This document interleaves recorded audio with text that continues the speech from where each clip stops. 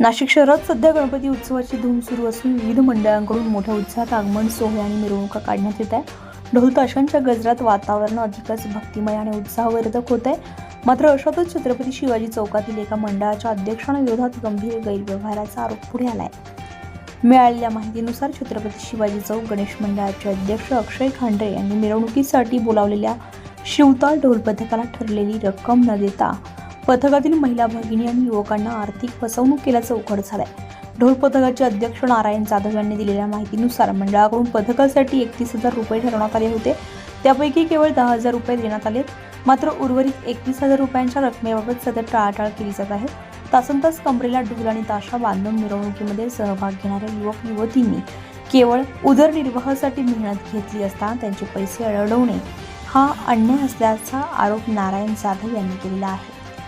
गणपती बाप्पा मोरया, मंगलमूर्ती मोरया। आमचं शिवताल वाद्य पथकाचा मी संस्थापक अध्यक्ष श्री नारायण खंडू जाधव।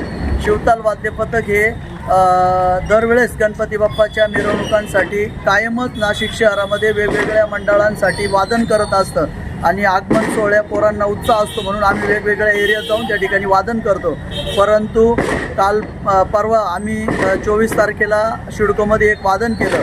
त्या वादनामध्ये अक्षय खंडारे यांचं मित्रमंडळ होतं। त्या मंडळाच्या माध्यमातून आम्हाला 31,000 रुपये मानधन ठरवलं आणि 10,000 रुपये त्यांनी आम्हाला फोनपे केले आणि 21,000 रुपये राहिलेली रक्कम ही देण्यास ते टाळाटाळ करत आहे। व्हॉट्सॲपच्या माध्यमातून त्यांच्याशी संपर्क केला, कुठलाही रिप्लाय नाही। फोन केल्यानंतर मी आत्ता उठलो आहे, 4ला उठलो आहे, त्यांना हेच उत्तरं राहता मंडळासोबत आमची मीटिंग घेऊन संध्याकाळी सांगतो असे कारणं देऊन अक्षय खंडारे हे टाळाटाळ करत आहे। तर मी नाशिक जिल्हा ढोल ताशा समितीचा कार्याध्यक्ष आहे। 45 ढोल पथकं आमचे या नाशिक शहरामध्ये वेगवेगळ्या भागात मिरवणुका हे करत असतात आणि असे जर मंडळांनी पथकांना वेळोवेळी मानधन दिलं नाही तर ते पथकं चालवणं आमच्यासाठी अवघड होईल।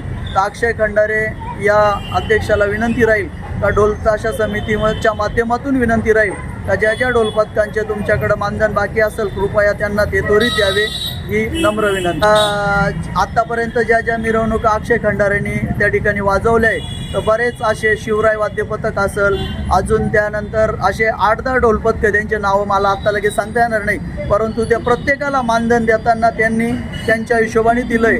वादन करून घ्यायचं, परंतु ज्यावेळेस पैसे द्यायची वेळ येते आरती झाल्यावर करू, उद्या सकाळी फोन करतो, उद्यानंतर परवा करतो आणि मग आमचे वादनं असल्यामुळं आम्ही गणपती बाप्पा झाल्यावर त्यांची भेट घेतो।